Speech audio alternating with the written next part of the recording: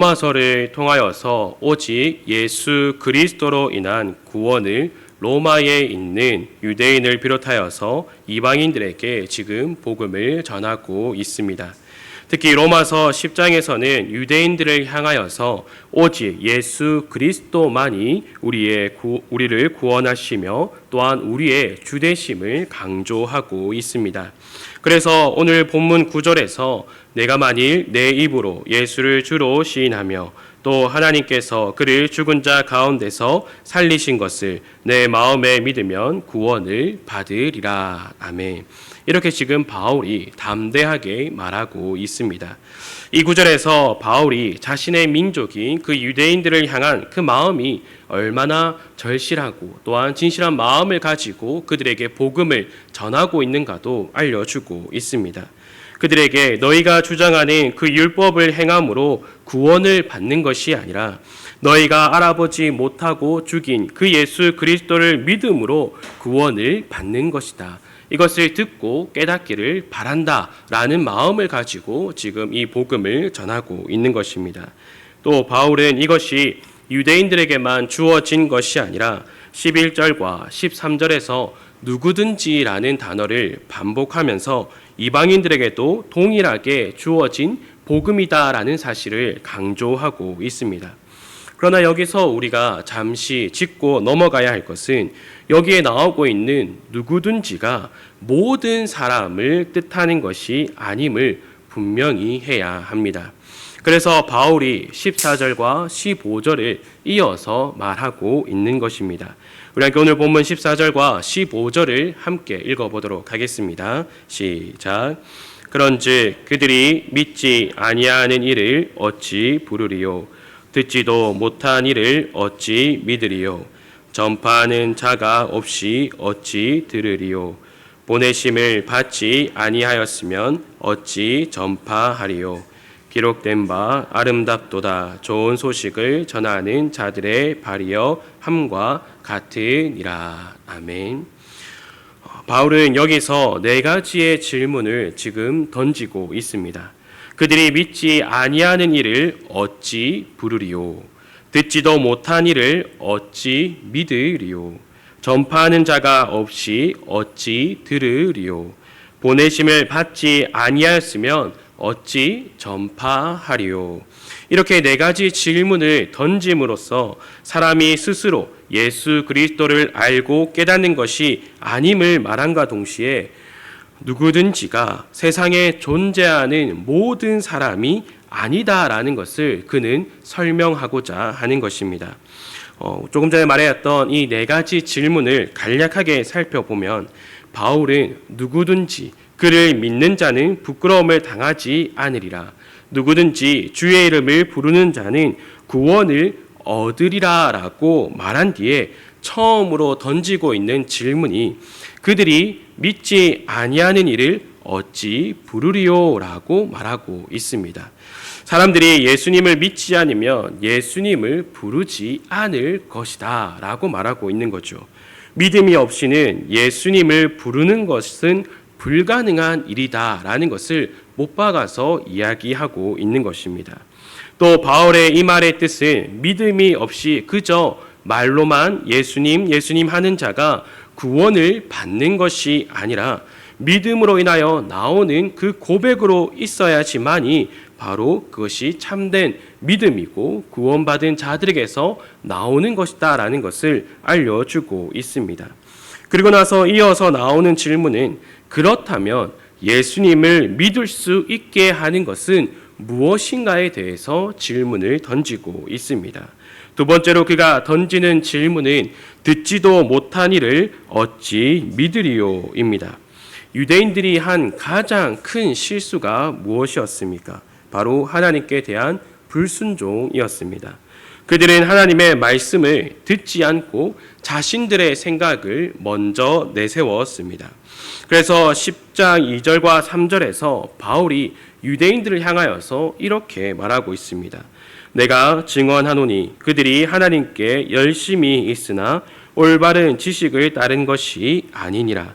하나님의 의를 모르고 자기 의를 세우려고 힘써 하나님의 의에 복종하지 아니하였느니라. 아멘. 그들의 입으로는 하나님을 열심히 따랐다라고 말을 합니다. 그들은 정말로 열정을 가지고 하나님을 힘써 찬양한다라고 말하며 오직 나의 모든 삶을 하나님께 드린다라는 고백과 또한 모든 것을 하나님의 영광을 위하여서 한다라고 그들은 자신의 입으로 고백하였습니다. 그러나 정작 그들은 자신들의 귀를 닫고 하나님의 말씀을 듣지 않았습니다. 오히려 자신의 의를 세우기 위하여서 더욱더 열심을 냈다라는 것입니다. 그러니 그들에게 말씀이 육신이 되어 그들 앞에 나타났지만 그 말씀을 알아보지 못했다라는 겁니다. 알아보지 못한 이를 어떻게 믿을 수 있으리요라고 하는 것이죠. 또 이방인들의 경우는 어떻습니까? 그들이 평범한 생활을 하다가 갑자기 그들에게 믿음이 주어지는 것이 아니었습니다. 오늘날 갑자기 그냥 한가로운 일상을 지내고 있다가 갑자기 믿음이 들어와서 그가 나는 이제 예수 그리스도를 믿겠노라라고 하는 일은 일어나지 않는다라는 겁니다. 우리가 구약 성경의 라합을 한번 생각해 보시기 바랍니다. 여호수아가 여리고성에 두 정탐꾼을 보내었습니다. 그 정탐꾼들은 기생 라합 집에 유숙하게 됩니다. 이때 이스라엘의 정탐꾼이 성 안으로 들어온 것을 안 그 여리고 성의 왕이 어떻게 합니까? 라합에게 찾아가서 두 정탐꾼을 내놓으라라고 합니다. 그러나 라합은 두 정탐꾼을 숨겨줍니다. 그리고 나서 라합이 두 정탐꾼에게 어떠한 말을 합니까? 여호수아 2장 9절에서부터 이렇게 말을 하고 있습니다. 여호와께서 이 땅을 너희에게 주신 줄을 내가 아노라. 우리가 너희를 심히 두려워하고 이 땅 주민들이 다 너희 앞에서 간담이 녹나니 이는 너희가 애굽에서 나올 때에 여호와께서 너희 앞에서 홍해 물을 마르게 하신 일과 너희가 요단 저쪽에 있는 아모리 사람의 두 왕 시온과 옥에게 행한 일 곧 그들을 전멸시킨 일을 우리가 들었음이니라. 우리가 듣자 곧 마음이 녹았고 너희로 말미암아 사람이 정신을 잃었나니 너희의 하나님 여호와는 위로는 하늘에서도 아래로는 땅에서도 하나님이시니라. 아멘. 지금 라합이 말하고 있는 것이 무엇입니까? 하나님께서 행하신 일을 내가 들었다입니다. 또한 그 일을 들은 모든 사람들이 그 간담이 녹으며 또한 정신을 잃어버렸다라고도 말하고 있습니다. 그는 라합은 지금 이스라엘 민족이 참 대단한 민족입니다. 이것을 말하고 있는 것이 아닙니다. 그가 말하고 있는 것은 하나님께서 행하신 일, 또한 하나님께서 어떠한 일들을 행하셨는가에 대해서 분명히 말하고 있다라는 겁니다. 그리고 나서 그가 고백하는 것은 너희 하나님 여호와는 위로는 하늘에서도 아래로는 땅에서도 하나님이시로다 라는 고백을 분명하게 하고 있다라는 거죠. 즉 듣지 않고서는 스스로 깨닫는 자가 없다라는 것을 분명하게 우리들에게 알려주고 있는 것입니다. 바울의 질문은 계속되고 있습니다. 그러면 이 들음을 어떻게 이루어 가는가? 이 듣는 것을 우리에게 어떻게 주어지는가? 이러한 질문을 이어서 합니다. 그는 전파하는 자가 없이 어찌 들으리요? 라고 질문을 던지고 있는 거죠. 그 말씀을 전하는 자가 분명하게 있다라는 것입니다. 전하는 자가 없이는 예수 그리스도께서 어떠하신 분인가를 듣지도 믿지도 못한다라는 것을 지금 말하고 있는 거지요. 그리고 바울은 마지막으로 보내심을 받지 아니하였으면 어찌 전파하리요라고 마지막으로 질문을 던지고 있습니다.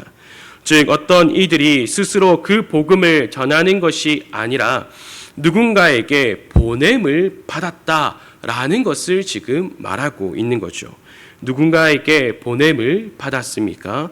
하나님께서 늘 하나님 말씀에 불순종하는 이스라엘에게 선지자를 보내어 주십니다. 그 선지자들이 보냄을 받아서 자신들이 원하는 말을 그들에게 합니까? 그렇지 않습니다.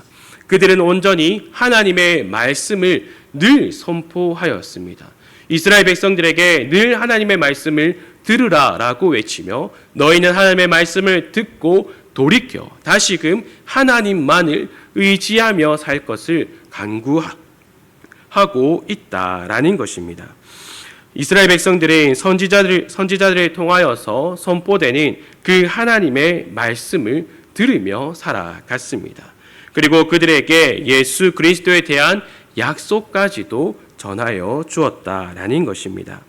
바울이 이 14절과 15절의 질문을 통하여서 말하고자 하는 것이 지금 무엇입니까?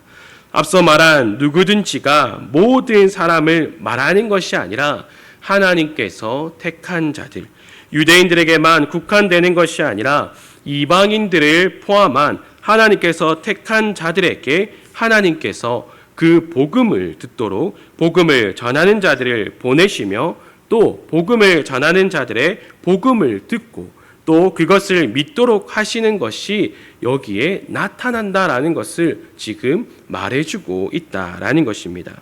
그래서 바울이 15절 끝에서 이사야 선지자의 말을 인용하고 있는 것입니다. 아름답도다 좋은 소식을 전하는 자들의 발이여 함과 같으니라. 아멘. 좋은 소식을 전하는 자들의 발이 아름다운 이유가 무엇입니까?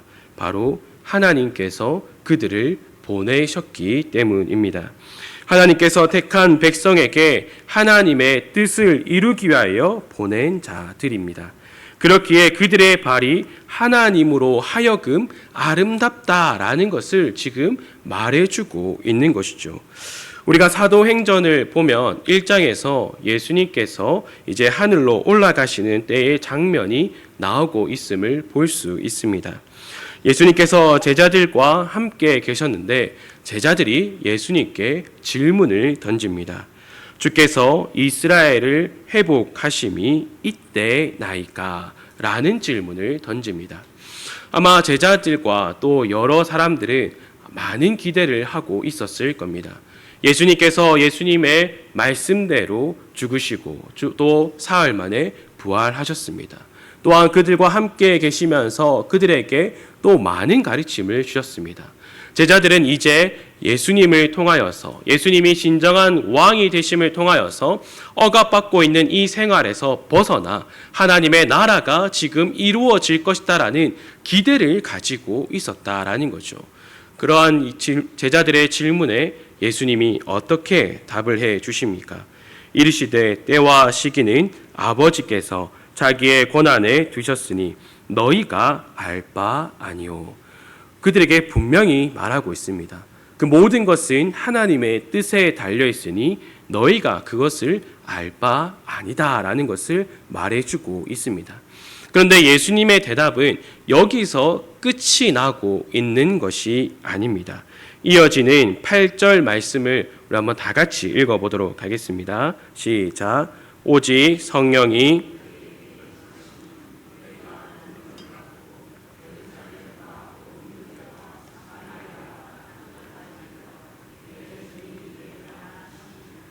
아멘. 지금 예수님께서 제자들에게 말씀하고 있는 바가 무엇입니까? 너희는 하나님께서 정하신 때를 너희가 알 바가 아니라 너희가 지금 해야 할 일은 바로 이것이다 라는 것을 알려주고 있습니다. 예루살렘과 온 유대와 사마리아와 땅끝까지 이르러 내 증인이 되리라 라고 예수님께서 말씀해 주고 계시다라는 겁니다. 제자들이 이 말씀을 들었을 때 어떤 느낌이었을까요? 예루살렘에 대하여서 너희가 예루살렘에서 내 증인이 되라라는 말씀을 들었을 때 맞습니다. 이 예루살렘 땅이 얼마나 중요합니까? 하나님의 성전이 있으면서 또한 이것이 회복돼야 되는 것이 맞습니다라고 생각했을 겁니다. 그리고 예수님은 온 유대까지도 이르러서 내 증인이 되라라고 말씀하십니다. 아마 제자들과 많은 사람들이 맞습니다. 우리들에게 주어진 이 약속의 땅, 이 온 유대 땅에 이 복음이 전해져야 됩니다. 많은 이들이 예수님을 믿어야 합니다라고 생각을 했을 겁니다. 그런데 그 다음에 이어지는 것이 무엇입니까? 사마리아까지도 복음이 전해져야 한다라는 것입니다. 아마 몇몇 사람들에게는 의문이 들었을 겁니다. 예수님, 예루살렘과 온 유다에 예수님을 전하는 것은 맞는다라고 생각하지만 이 사마리아 땅까지 그 복음을 전하는 게 맞습니까? 이러한 의심이 들었을 겁니다. 또 예수님은 사마리아에서 끝나는 것이 아니라 땅 끝까지 내 증인이 되리라 라고 말씀하고 있다라는 것입니다. 우리가 사도행전을 읽어가면은 어떻습니까? 계속해서 이 제자들에게 성령께서 임하시고 또한 그들이 복음을 전함을 통하여서 예루살렘에 복음이 아주 강력하게 선포되는 것을 우리가 볼 수 있습니다. 또한 그 교회가 세워짐을 통하여서 성도들이 날마다 함께 모여서 함께 떡을 나누고 늘 하나님을 찬송하는 모습을 볼 수 있습니다. 이렇게 사도행전 6장까지 보면은 계속해서 복음이 선포되는 것을 우리가 볼 수 있지만 예수님께서 말씀하신 이 예루살렘과 온 유대와 사마리아와 땅끝까지 복음을 전하는 모습은 보여지지 않는다라는 것입니다. 언제 그들이 유대와 사마리아와 땅끝까지 복음을 전하게 됩니까? 바로 스데반의 선교 이후입니다. 스데반의 설교를 듣고 거기에 있는 사람들이 돌로 쳐서 스데반을 죽이게 됩니다. 그리고 예루살렘 교회에 아주 큰 박해가 시작됩니다. 그 박해로 인하여서 어떤 일이 이루어집니까? 사도행전 8장 1절에서 이렇게 말하고 있습니다.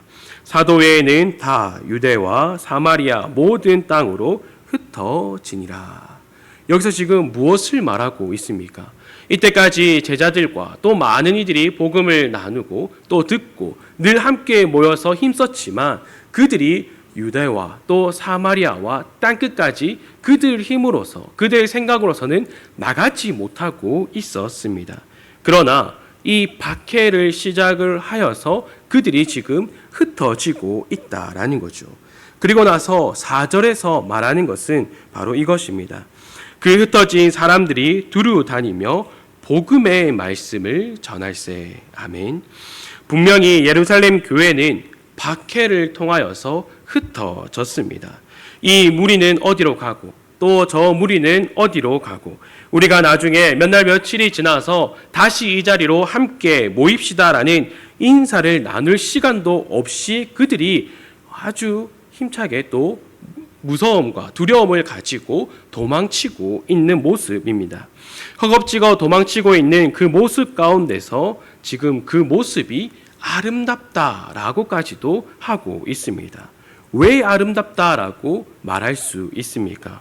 바로 이 모든 일이 하나님께서 하신 일이기 때문입니다.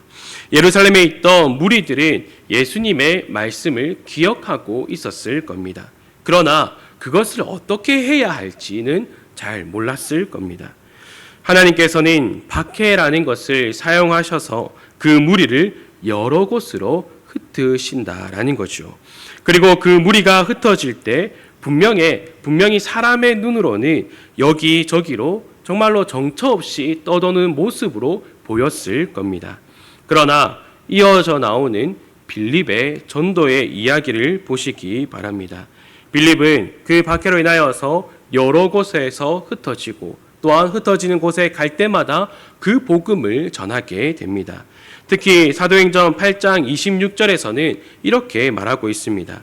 주의 사자가 빌립에게 말하여 이르되 일어나서 남쪽으로 향하여 예루살렘에서 가사로 내려가는 길까지 가라 하니 그 길은 광야라. 아멘. 광야임에도 불구하고 빌립은 그 말씀에 순종하여서 달려갑니다. 그리고 성령께서 에디오피아 내시가 있는 그 수레에 가까이 가라라고 말씀하시고 그에게 복음을 전하도록 인도하십니다. 즉 흩어진 자들은 지금 하나님의 인도하심에 따라 보냄을 받았다라는 것입니다. 세상 사람들의 눈에는 예루살렘 교회가 박해를 받아 무너졌다라고 말했을 겁니다. 그러나 어떻습니까? 정작 복음은 더욱더 멀리 예수 그리스도의 말씀대로 이 예루살렘과 온 유대와 사마리아와 또 땅끝까지 이어지는 그 시발점이 되고 있다라는 것입니다. 예수님께서 교회를 핍박하는 사울까지도 부르십니다. 또 그와 함께 제자들과 바나바와 같은 이들을 복음을 전함에 따라 또 어떠한 모습들이 이루어지고 있습니까? 사도행전 9장 31절에서는 이를 분명하게 말해주고 있습니다. 그리하여 온 유대와 갈릴리와 사마리아 교회가 평안하여 든든히 서갔고 주를 경외함과 성령의 위로로 진행하여 수가 더 많아지니라. 아멘. 하나님께서 이루어 가시는 놀라운 구원의 사역입니다. 바울은 이 말씀들을 통하여서 유대인들에게 너희가 스스로 자랑하는 바 율법의 행함이 아니라 예수 그리스도를 믿는 믿음으로 구원을 받는 것이며 또 하나님께서 택하신 백성이라면 누구든지 이 복음으로 인하여서 예수 그리스도를 또한 그의 이름을 부르짖을 것이며 또한 그를 믿어 구원받을 것이다 라는 것을 분명하게 말해주고 있다라는 것입니다. 주 안에서 사랑하는 성도 여러분, 우리가 바로 이 구원에 속한 자들임을 기억하시기를 바랍니다. 우리가 처음부터 예수님을 필요로 한 자들이 아님도 알아야 합니다. 우리가 이 세상에 살아갈 때에 우리가 원하는 대로 세상의 것만을 바라며 살아갔습니다. 우리가 원하는 것에는 예수 그리스도는 없었습니다. 그러나 하나님께서 보내신 그 복음을 전하는 자로 하여금 듣게 하시고 또 깨닫게 해주시는 그 믿음을 통하여서 창세전에 계획하신 대로 그 계획을 이루시며 우리를 불러주셨다라는 것입니다. 그렇기에 우리들에게 주어진 이 복음이 얼마나 값지고 은혜로운가에 대해서 우리는 날마다 기억해야 한다라는 것입니다. 바울이 이것을 분명하게 경험하여서 지금 고백하고 있는 것입니다. 지금 바울은 자신의 민족이 그 유대인들에게 가장 절실하게 말하고 있는 것입니다. 너희가 지금 자랑하고 있는 것들은 다 헛것이다. 너희가 참된 지식이 아닌 올바른 지식이 아닌 다른 것들을 바라고 다른 것들을 향하여서 마음을 두고 있다라는 거죠. 너희는 그러한 모든 것들을 버리고 너희들에게 주어진 이 복음을 듣고 깨달아 예수 그리스도를 나의 구주라 부르짖기를 바란다. 너희가 그 이름을 부르짖을 때에 너희에게 구원이 주어질 것이다 라는 것을 분명하게 말해주고 있습니다. 우리는 이러한 구원이 우리들에게 주어졌다라는 것이 은혜임을 깨닫고 또한 그와 동시에 무엇을 알아야 합니까? 우리들에게 주어진 그 예수 그리스도의 명령을 분명히 해야 한다라는 것입니다. 예수님께서 제자들과 많은 이들에게 어떠한 말씀을 해 주었습니까? 너희는 예루살렘과 온 유대와 사마리아와 땅끝까지 이르러 내 증인이 되리라입니다. 여기서 내 증인이 되리라에 우리는 조금 더 초점을 두어야 합니다. 우리가 우리 스스로 그 복음을 전하기 위하여서 우리가 어떠한 결단을 하고 우리의 노력으로서 힘쓰는 것이 아니라 증인이 되리라.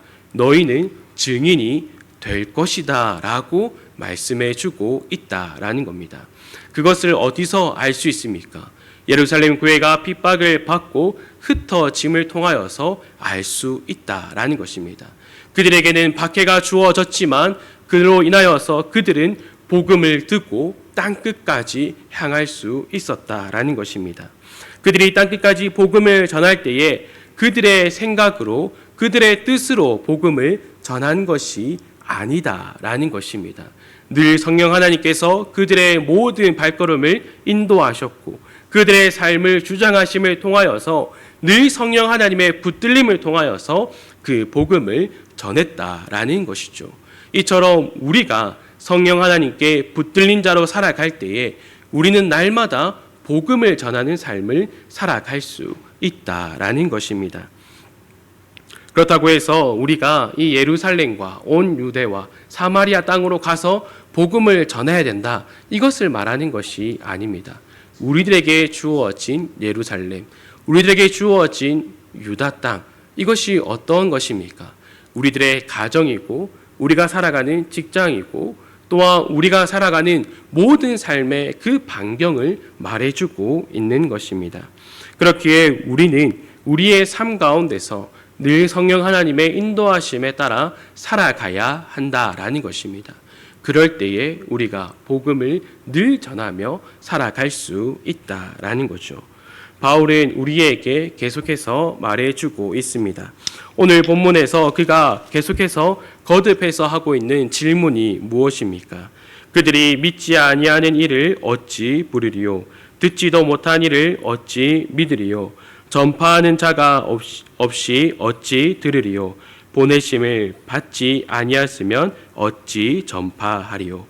그가 하고 있는 질문을 거꾸로 한 번 더 보시기 바랍니다. 거꾸로 보면은 보내심을 받지 아니하였으면 어찌 전파하리요? 전파하는 자가 없이 어찌 들으리요? 듣지도 못한 이를 어찌 믿으리요? 그들이 믿지 아니하는 이를 어찌 부르리요? 하나님께서 복음을 전하는 자를 보내어 주셨습니다. 하나님께서 그 복음을 전하는 자로 하여금 우리로 복음을 듣게 하셨습니다. 우리가 그 복음을 깨달음을 통하여서 예수 그리스도를 나의 구주라 고백하게 만드셨다라는 겁니다. 우리는 이것을 언제나 기억함을 통하여서 그저 어쩌다가 내가 전도를 받아서 교회에 나와서 예수 그리스도를 나의 구주라 고백하게 되었다가 아니라 하나님의 계획 가운데서 우리가 부름을 받았다라는 것입니다. 우리가 언제나 하나님 보좌 앞에서 하나님의 말씀을 듣고 기도할 수 있는 그 이유가 하나님의 계획에 따라서 우리가 구원받았기 때문입니다. 주 안에서 사랑하는 성도 여러분, 이것을 언제나 기억하시기를 바랍니다. 우리들에게 주어진 이 구원의 은혜가 얼마나 감격된 것이고 값진 것이며 하나님께서 창세전에 모든 것들을 계획하시고 이루어 가셨는가에 대해서 깊이 묵상하시기를 바랍니다. 또한 나뿐만 아니라 우리들의 자녀들, 특히 우리 교회 안에 있는 이 언약의 자손들에게도 이러한 믿음이 주어지기를 간절히 기도해 주시기를 바랍니다.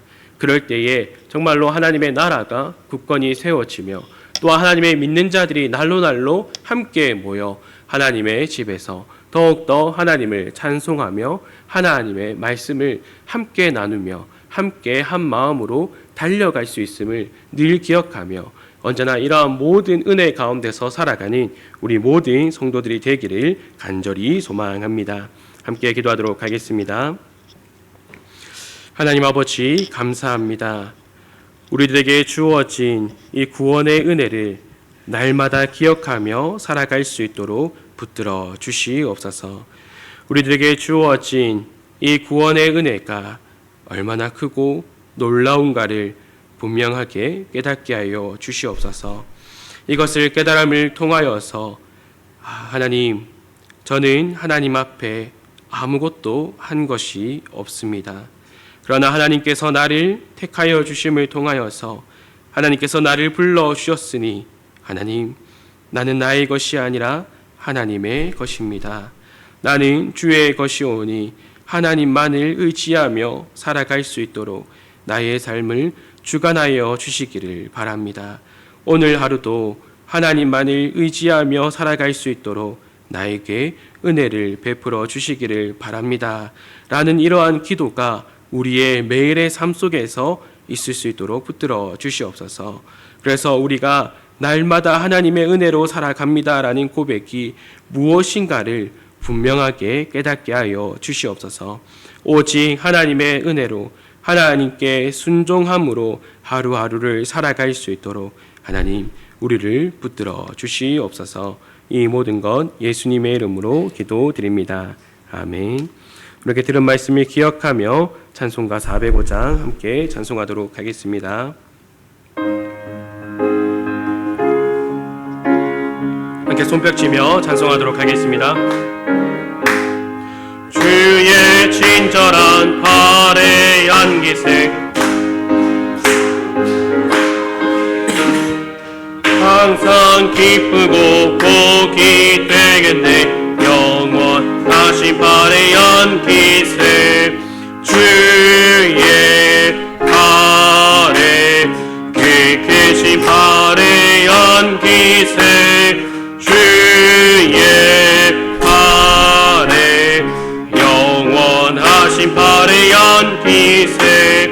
날이 갈수록 주의 사랑이 그를 광명하게 비치고 천성 가는 길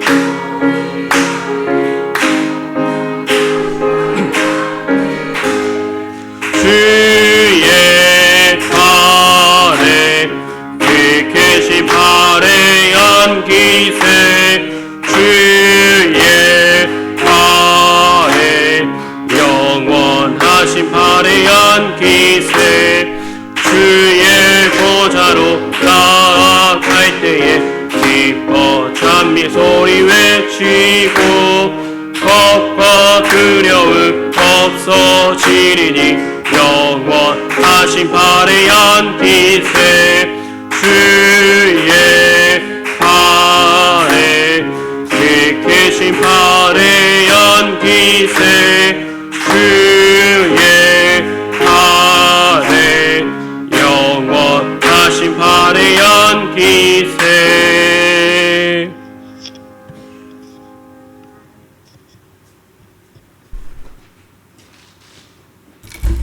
청년의 여름 수련회 남겨두고 있고 8월 2일 금요일